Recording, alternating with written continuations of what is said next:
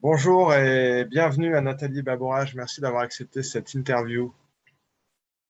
Merci Pascal de m'avoir invité. Alors, je vous préviens tout de suite, je crois que je vais beaucoup rire. Ça me fait très drôle de répondre à mon chéri à ces questions et en plus de savoir qu'on est juste à moins de 5 mètres. Alors voilà, aujourd'hui j'ai l'honneur d'accueillir Nathalie Baborage, alias Doc La Luna, ma chérie. Voilà, donc je suis très honoré, surtout que c'est une personne très importante, bien sûr pour moi, puisque ça fait 5 ans que je partage ma vie avec elle. Et Nathalie m'inspire beaucoup, elle m'a notamment transmis sa philosophie, voilà, plein de choses, les 5 éléments, du yoga, et en plus d'être une femme fantastique. Voilà, donc je vais laisser le soin à Nathalie de se présenter, peut-être sur comment tu te définirais aujourd'hui, Nathalie. C'est toujours une grande question, mais avec le temps, j'ai appris à synthétiser, à canaliser l'énergie. Aujourd'hui, pour me présenter à quelqu'un qui ne me connaît pas forcément, je dis que je suis médecin et coach écoféministe et que j'accompagne essentiellement les femmes à accoucher d'elles et de leurs projets sans utiliser les forceps du patriarcat. Merci pour ce partage. Alors, j'aimerais savoir, Nathalie, à quel moment tu as eu le déclic de te lancer dans l'entrepreneuriat? Parce que pour ceux qui ne le savent pas, auparavant, tu avais une carrière plus conventionnelle de médecin de prévention au sapeur-pompier de Paris. Alors, à quel moment tu as eu ce déclic? Tu t'es dit, tac, là, c'est bon, j'y vais, je quitte tout. Alors, en fait, le déclic, ça n'a pas été tac, j'arrête tout, je deviens entrepreneur. En fait, je pense qu'à l'époque, je n'avais même pas cette conscience de l'entrepreneuriat. Euh, mais en tout cas, j'ai eu un déclic que j'avais plus ma place dans l'armée, dans la hiérarchie militaire. Parce que même si j'avais réussi à mettre en place des outils, moi, qui me parlaient beaucoup et qui parlaient beaucoup aux personnes que j'accompagnais, autour de écouter sa respiration, son corps, ses émotions, euh, je me rendais compte que la lourdeur administrative de quand on monte un projet, que ce soit validé par les différentes autorités, ça commençait à me fatiguer. Et puis, j'étais de plus en plus attirée par ce qu'on appelle la santé intégrative, c'est-à-dire allier le meilleur de la médecine moderne aux sagesses ancestrales. Et je me suis rendu compte que j'arrivais à la fin d'un cycle dans mon métier à l'époque où j'étais salariée. Et je me suis rendu compte que pour vraiment aller au bout de ce que j'avais envie d'explorer et de proposer aux personnes, il fallait que je lâche mon métier de salarié. Et c'est à ce moment-là que j'ai décidé de quitter la blouse blanche.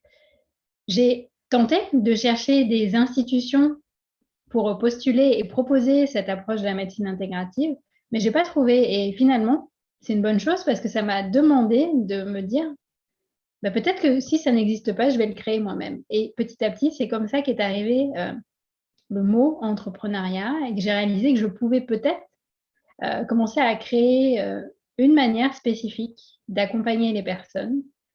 Et je ne l'ai pas fait du jour au lendemain.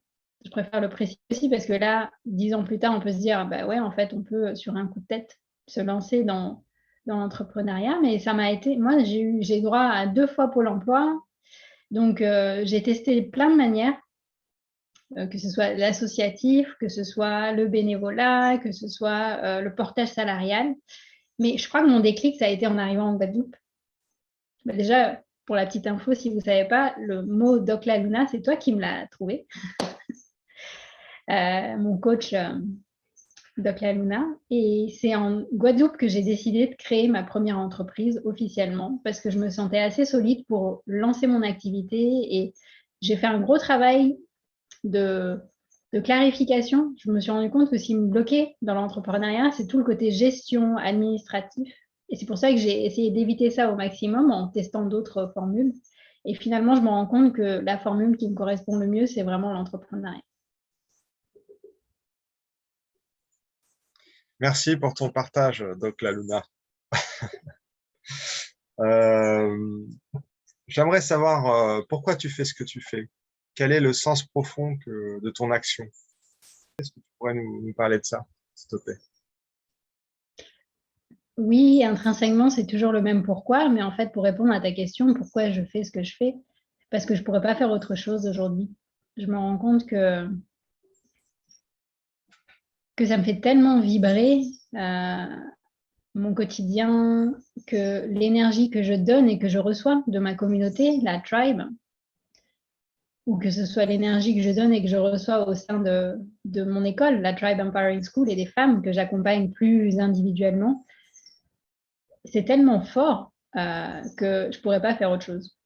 Et finalement, c'est cette vision-là que j'avais au moment où j'ai créé l'Institut de santé intégrative, qui était, on va dire, la passerelle entre ma vie d'avant de médecin-pompier et aujourd'hui ma vie de coach. À ce moment-là, au moment de la création de l'Institut de santé intégrative, je sentais que j'avais besoin de me déployer au service du vivant. Et c'est toujours là. Mais là, je me suis orientée plus précisément auprès des femmes qui, comme moi, ont vécu un parcours, on va dire, de la femme guerrière, qui a coché toutes les cases, qui a tout réussi, selon le modèle de la société occidentale, mais qui, au bout d'un moment, dans sa vie, soit après une grossesse, soit alors moi, ça a été juste une grosse remise en question parce que je ne me retrouvais plus dans ce que je faisais, avec cette sensation d'être schizophrène. En tout cas, il y a un élément disrupteur qui fait qu'on s'arrête et on se dit, mais est-ce que c'est vraiment ça que je veux faire? Et moi, de pouvoir accompagner des femmes sur ce chemin, de se réaligner avec son essence profonde pour oser offrir ses talents au monde et aller jusqu'au bout de ses projets, ben, je trouve qu'il n'y a pas plus grand bonheur. Merci pour ce partage. Alors justement, par rapport à ce que tu vis avec la tribe, qu'est-ce qui te fait le plus vibrer dans tout ce quotidien-là, avec est-ce que c'est les coachings, est-ce que c'est la création de contenu, est-ce que tu saurais identifier ça?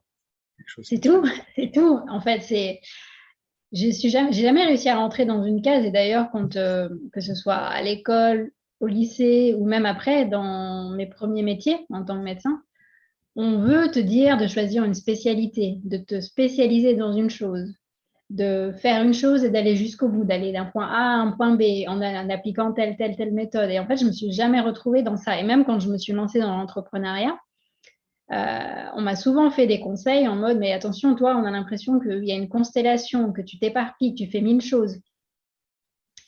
Et bien moi, c'est ça qui me plaît. J'adore créer du contenu, j'adore poster sur Instagram, j'adore animer un cercle de femmes dans un rituel de pleine lune, j'adore les temps en individuel où on est vraiment dans un autre rapport, dans une autre dimension. Après, pour éviter cet éparpillement, en fait, il y a différentes manières de se recentrer et de trouver le fil conducteur dans tout ce que je fais. Et c'est ça, je pense, moi, le grand win, j'ai envie de dire, que j'ai pu mettre en place ces dernières années grâce à la Guadeloupe, grâce à voilà, notre mode de vie aujourd'hui, c'est de trouver le lien cohérent, l'ADN qui relie tout ça et qui fait que finalement, maintenant, toutes mes activités se relient entre elles se nourrissent entre elles et du coup, je ne suis plus dans un surmenage ou une fatigue, une sensation d'éparpillement. Je ne sais pas si ça répond à ta question. J'ai beaucoup aimé le lien, on aurait pu dire le fil de la tisseuse.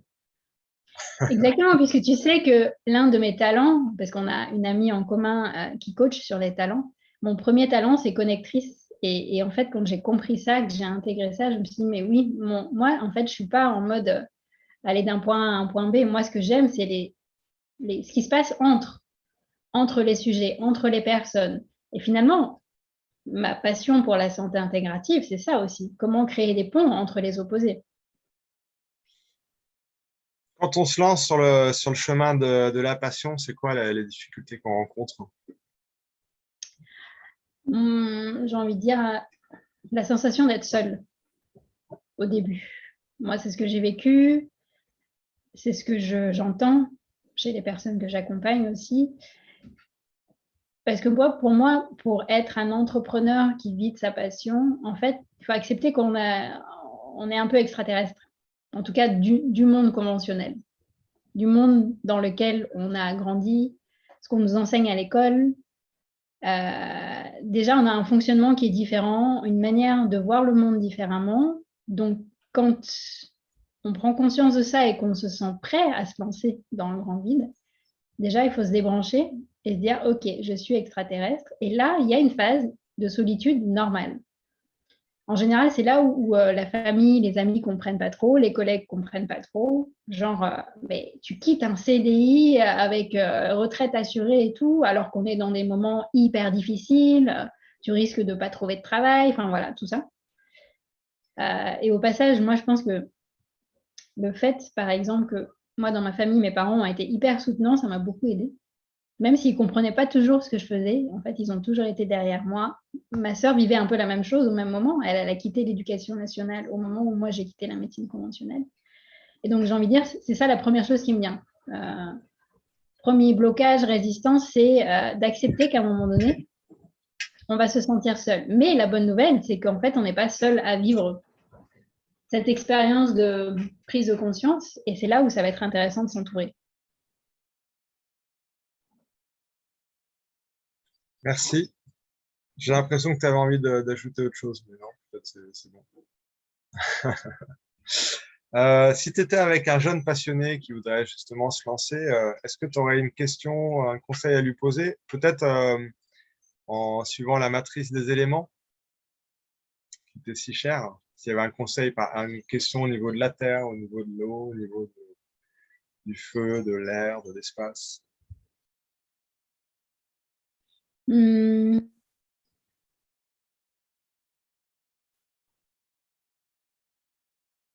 Bah, finalement, ce serait la question que tu m'as posée au début. Pourquoi tu te sens de te lancer? C'est quoi le message de ton feu? Puisqu'on est dans l'élément justement qui active, qui nous donne l'énergie pour oser mettre le prochain pas dans l'inconnu. Qu'est-ce qui fait que ton feu s'est réveillé? Et c'est quoi le sens derrière? C'est quoi la vision qui te porte? Moi, ce serait ça spontanément qui me vient comme question.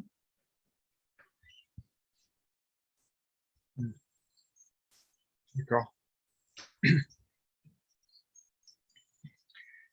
Est-ce qu'il y aurait une autre question sur un autre élément? Là, ce serait pour toi plus l'élément feu, c'est ça, hein? Je commencerai par le feu, mais peut-être parce que moi-même, j'ai un feu bien développé. Du coup, c'est ça qui me vient en premier. Après, j'aurais envie de savoir un peu plus sur le contenu de ce que la personne a envie de transmettre, de créer, d'organiser, d'offrir au monde. C'est quoi le cadeau qui fait que si tu le gardais pour toi et que tu t'autorisais pas à le rendre visible au monde, qu'est-ce qui se passe pour toi? Et là, on est encore en lien avec le feu finalement. Ouais, je suis une femme feu, j'assume. Mais bien sûr, on peut après aller, une fois qu'on lance la conversation avec une personne qui a envie de se lancer, ce qui va être intéressant, c'est de voir comment elle se connecte aussi à ces autres éléments. La terre, avec comment est-ce que tu te connectes à ta sécurité intérieure, à ta structure. L'eau, avec qu'est-ce qui te met dans le flow créateur aujourd'hui et qu'est-ce qui t'a mis dans le passé dans le flow créateur. C'est intéressant de faire les connexions aussi avec les expériences passées, puisque c'est elles qui vont aussi permettre à la personne d'avancer. Ou en étude ta capacité à prendre des risques, à te connecter à ton air qui va te permettre de sortir de ta zone de confort. Et puis, avec l'espace, c'est comment tu vas prendre le temps d'ouvrir l'espace des possibles, de te connecter à des ressources qui peut-être tu n'y avais pas accès jusqu'à présent, mais qui existent bien.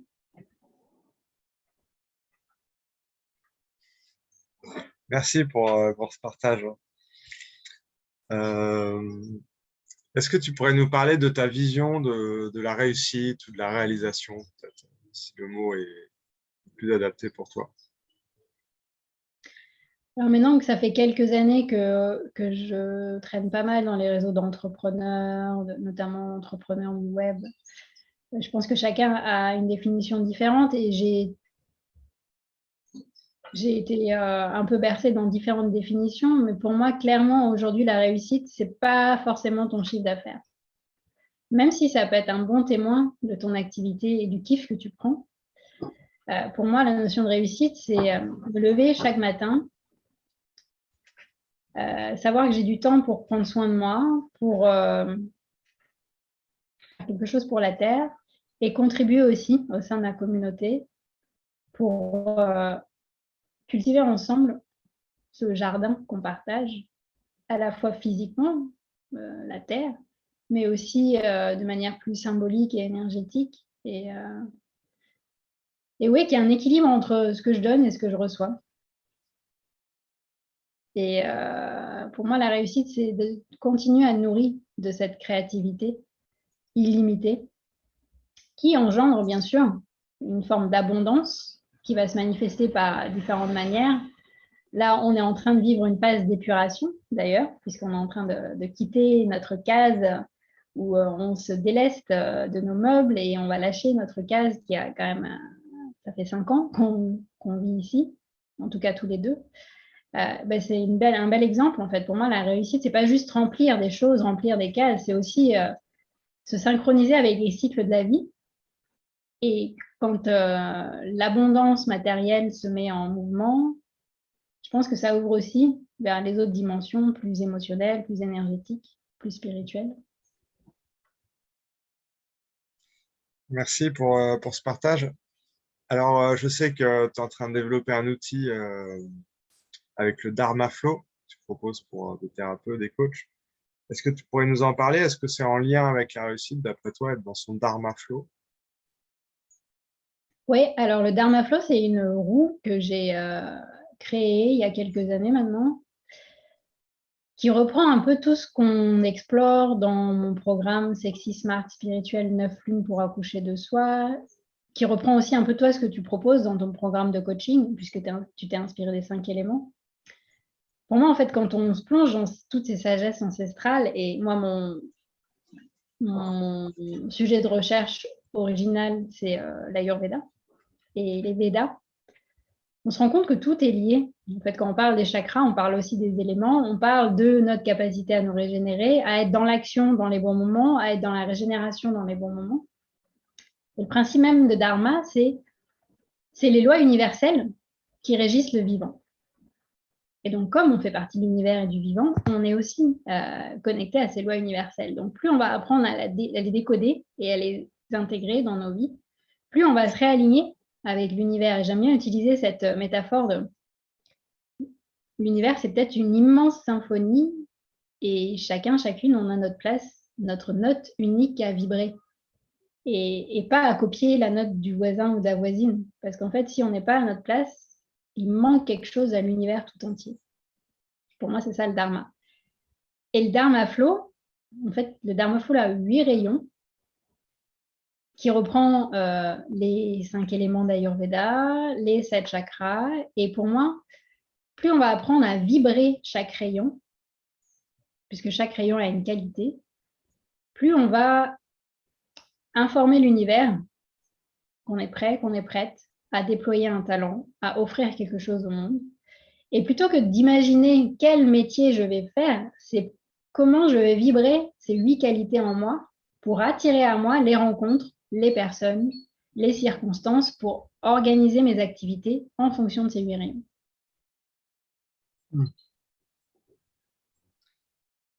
Merci encore pour ce partage. J'en profite pour reposer une autre question. Maintenant, on parle souvent de karma aujourd'hui. Est-ce que tu penses qu'il y a un karma d'entrepreneur ou comment on pourrait, quelles questions tu pourrais poser à un jeune entrepreneur pour qu'il aille plus, qu'il joue sur son karma? Est-ce que tu pourrais nous parler de ça ou définir ça?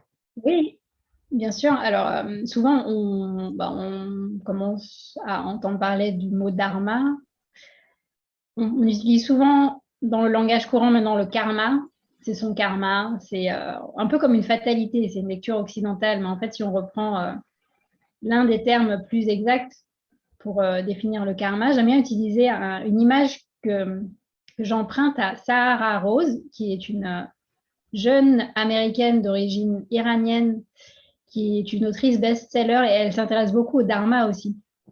Et elle, ce qu'elle dit, le dharma, ce serait l'autoroute sur laquelle notre âme a décidé de s'incarner et l'univers nous accompagne sur cette autoroute. Mais pour épicer notre vie, en fait, l'univers nous propose des voies de sortie, des petits détours en fait. Et là, ça peut être l'éducation, ça peut être la famille dans laquelle on est, ça peut être nos expériences à l'école, ça peut être voilà, toutes les injonctions de notre société. Non, il faut que tu tournes à droite là pour faire tel métier, tel machin. Et en fait, le karma, ce serait ces actions que l'univers va nous envoyer pour nous permettre de retrouver la voie de notre autoroute.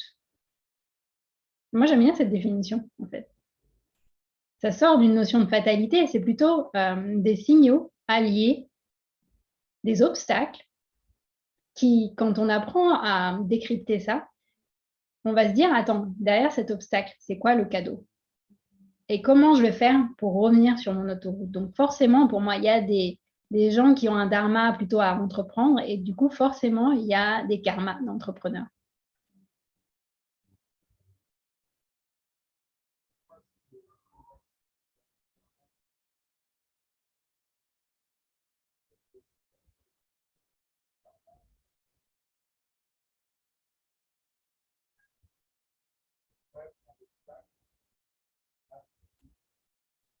On t'entend pas, mon cœur. Ah oui, merci. Donc, si je reformule ce que tu as dit, donc le dharma serait une autoroute sur laquelle euh, on serait invité à rouler. Et le karma serait justement, on va dire, la situation dans laquelle on se trouve et ensuite des choix qu'on aurait à faire pour rejoindre, en fin de compte, cette route. Ce serait les sorties et les Et les retours, les entrées. bretelles, les entrées et les sorties, exactement. Pour revenir, encore, ah, c'est intéressant. Je me posais encore une question, mais est-ce qu'il y aurait autre chose que tu aimerais ajouter, peut-être en lien avec les éléments, avec l'entrepreneuriat, avec une question peut-être essentielle ou un conseil? Ben oui, puisque les personnes qui nous regardent sont des personnes qui sont soit entrepreneurs ou qui ont envie de se lancer ou qui, voilà, il y a quelque chose qui les appelle. Et moi, il y a un des messages clés qui me tiennent vraiment à cœur, c'est qu'en fait, pour moi, prendre soin de soi en tant qu'entrepreneur, c'est prendre soin de son entreprise, de son business. Pour moi, c'est dans la continuité. Tu sais, on parle des 5 corps en yoga, le corps physique, les émotions, le mental, les ressources, l'âme. Et pour moi, mon entreprise, c'est dans la continuité de mes 5 corps. Donc, plus je vais prendre soin de moi, de mon corps, de mon âme, plus je prends soin aussi de mon entreprise. Et il ne faut pas le voir comme un acte égoïste, mais au contraire, comme un acte altruiste, parce que plus vous allez prendre soin de vous, plus vous allez prendre soin des personnes que vous servez. Et votre business vous le rendra. Plutôt que d'être un espace où vous perdez votre énergie, votre argent, votre temps, ça va être un lieu de ressourcement. Et là, on va sortir de cette dichotomie qui, pour moi, n'a plus aucun sens, qui est trouver l'équilibre entre vie pro et vie perso. Là, pour le coup, tous les deux, on peut témoigner, on n'est pas du tout dans ça. On est peut-être un peu à l'extrême des workaholics, mais avec le temps, on a réussi à trouver une forme d'équilibre où justement notre créativité, parfois elle arrive le week-end, parfois elle arrive la nuit, parfois. Et on s'arrange pour pouvoir avoir notre temps de régénération et notre temps de créativité. Et moi, d'intégrer mon business dans le prolongement de qui je suis, c'est sûr que c'est une des clés essentielles. Et du coup, c'est ça que j'ai envie de partager. Merci Nathalie pour ce partage. Ça continue à m'inspirer et je continue à être surpris 5 ans après notre rencontre. Merci beaucoup. Merci à toi pour ton invitation, que j'accepte enfin. Et j'en profite aussi pour parler de mon prochain bébé qui va sortir. Quand même, je peux eh avoir une oui, petite minute de pub. bien sûr, bien sûr. Oui, oui. Et donc en avril, va sortir mon prochain livre chez Erol Bien-être, Devenir sa propre médecine. Et je pense que ça parlera à toutes les personnes qui ont envie de mieux prendre soin d'elles, mieux prendre soin de leur business et mieux prendre soin de la planète. Merci Nathalie. Bien sûr, je mettrai les liens vers tes activités, les websites, le livre, peut-être même certains voudront précommander ton livre. En tout cas, merci de nous inspirer et d'ouvrir ces chemins courageux vers justement les autoroutes du Dharma, du Dharma Flow. Et on se rejoint très bientôt puisque nous sommes à 5 mètres l'un de l'autre. Je vais donc te rejoindre très vite. Merci et à très vite. Merci.